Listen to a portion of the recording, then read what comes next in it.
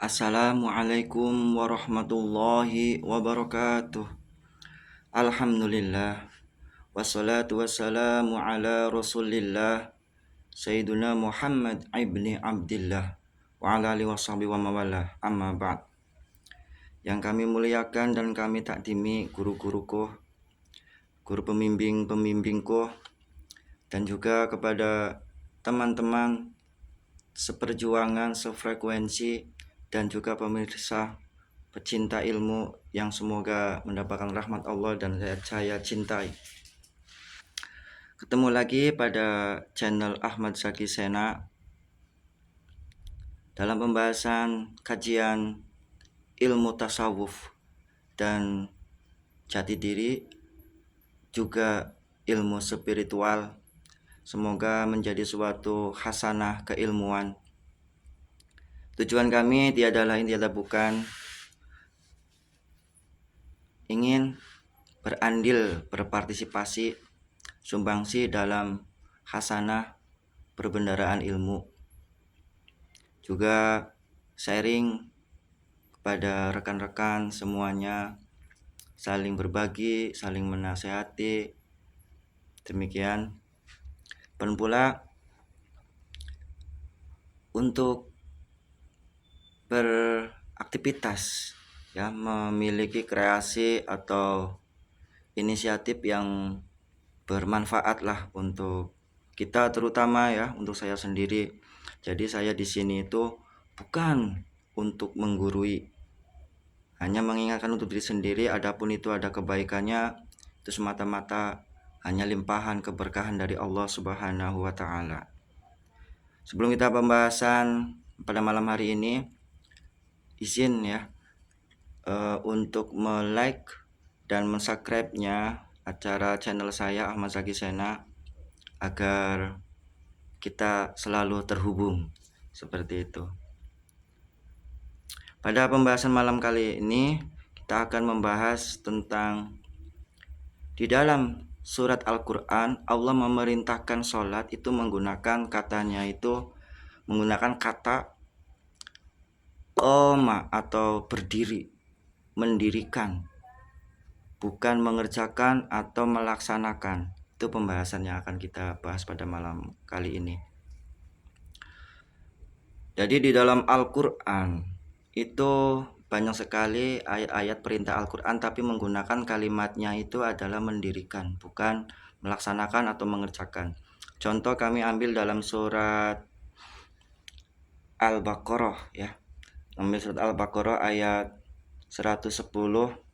Bismillahirrahmanirrahim. Wa aqimis sholata liduluki syamsi idza ghasaqil lail. Potongan ayat al-ayah itu menggunakan wa aqimis sholah. Tuh, dirikanlah sholat.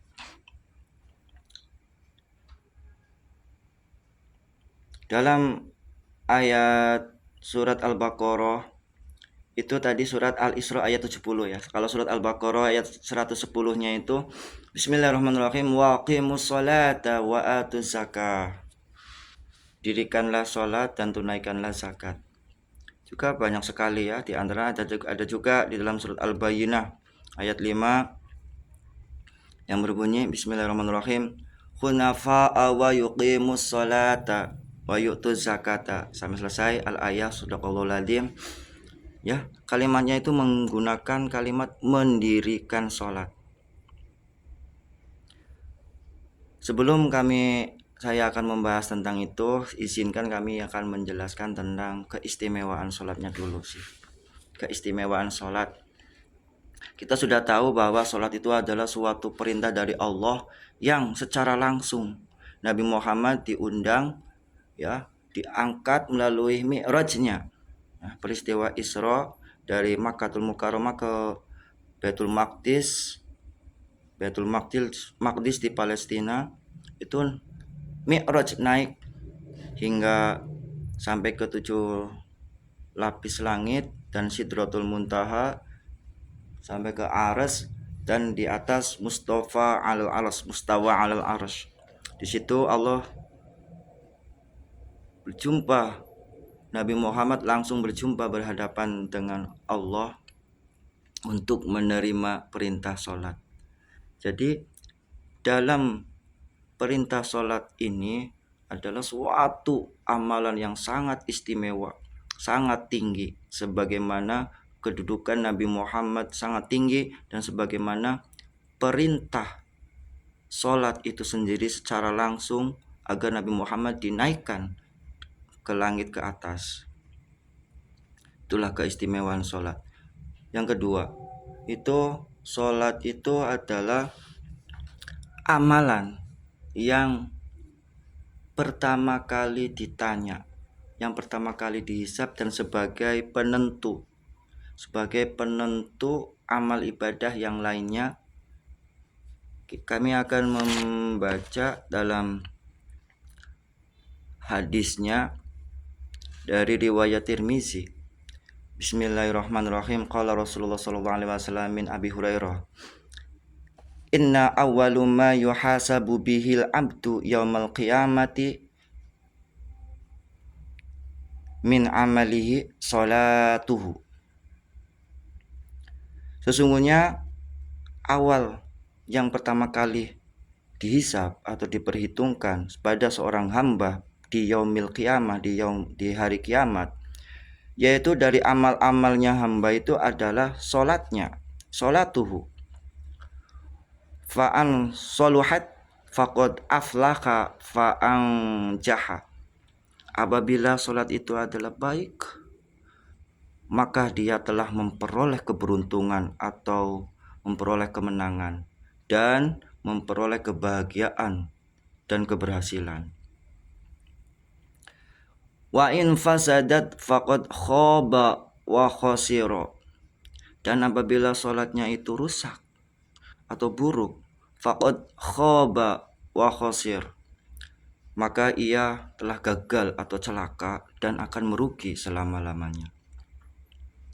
Dalam arti hadis ini, ayat penjelasan selanjutnya itu, apabila sholat fardunya itu tidak melengkapi, maka akan ditambah dengan sholat sunnah. Jadi intinya sholat itu adalah sebagai penentu suatu identitas kita sebagai seorang Islam. Pembeda antara yang bukan Islam itu adalah di dalam sholat itu sendiri.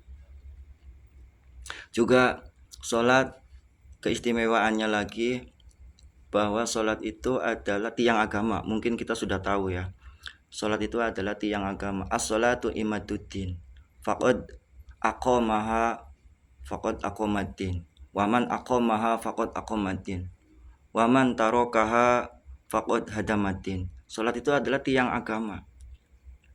Siapa yang mendirikannya, maka ia telah mendirikan, memiliki bangunan agama. Siapa yang meninggalkannya, maka ia telah merobohkan atau menghancurkan agama itu sendiri yang kita miliki. Jadi pengertian daripada sholat itu tiang agama, otomatis kan yang namanya tiang itu kan berdiri, namanya bangunan itu kan perlu ada pondasi-pondasi yang mendirikan. Kayak contoh mendirikan rumah, itu kalimatnya itu mendirikan rumah, bukan mengerjakan rumah, karena ada sesuatu bagian-bagian yang harus kita tinggikan pondasi-pondasinya. Gitu. Kita ambil contoh ini. Saya ingat kepada guru saya, keutamaan sholat itu kan rukun Islam yang kedua. Syahadat, sholat, zakat, puasa, haji.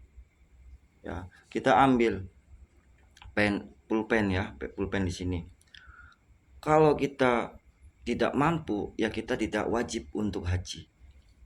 Kalau kita tidak mampu untuk puasa di bulan Ramadan karena sakit, karena tua, ya sudah lanjut usia, ya tidak wajib, tapi dengan syarat qadha atau fidyah ya bagi yang jompo.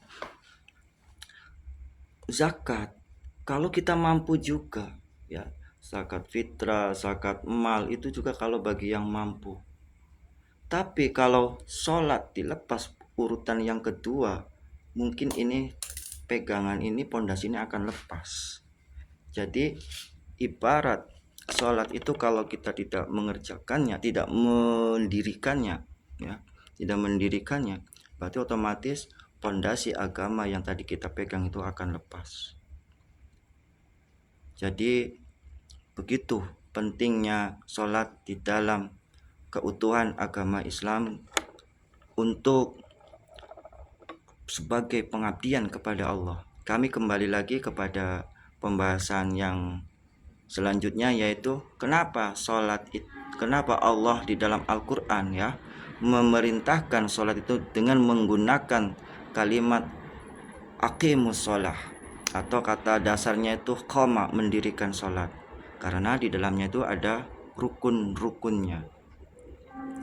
Mungkin pembahasan kali ini kita akan lanjut ke part bagian yang kedua ya, karena dibatasi oleh waktu, biar sedikit untuk menjadi suatu penasaran pada pemirsa-pemirsa. Demikian ya, mohon maaf atas segala kekurangannya. Terima kasih atas perhatian dan mendengarkannya atau mengikuti daripada acara kajian ilmu ini. Semoga ada manfaatnya. Wallahu muwaffiq ila aqwamit thoriq. Wassalamualaikum warahmatullahi taala wabarakatuh.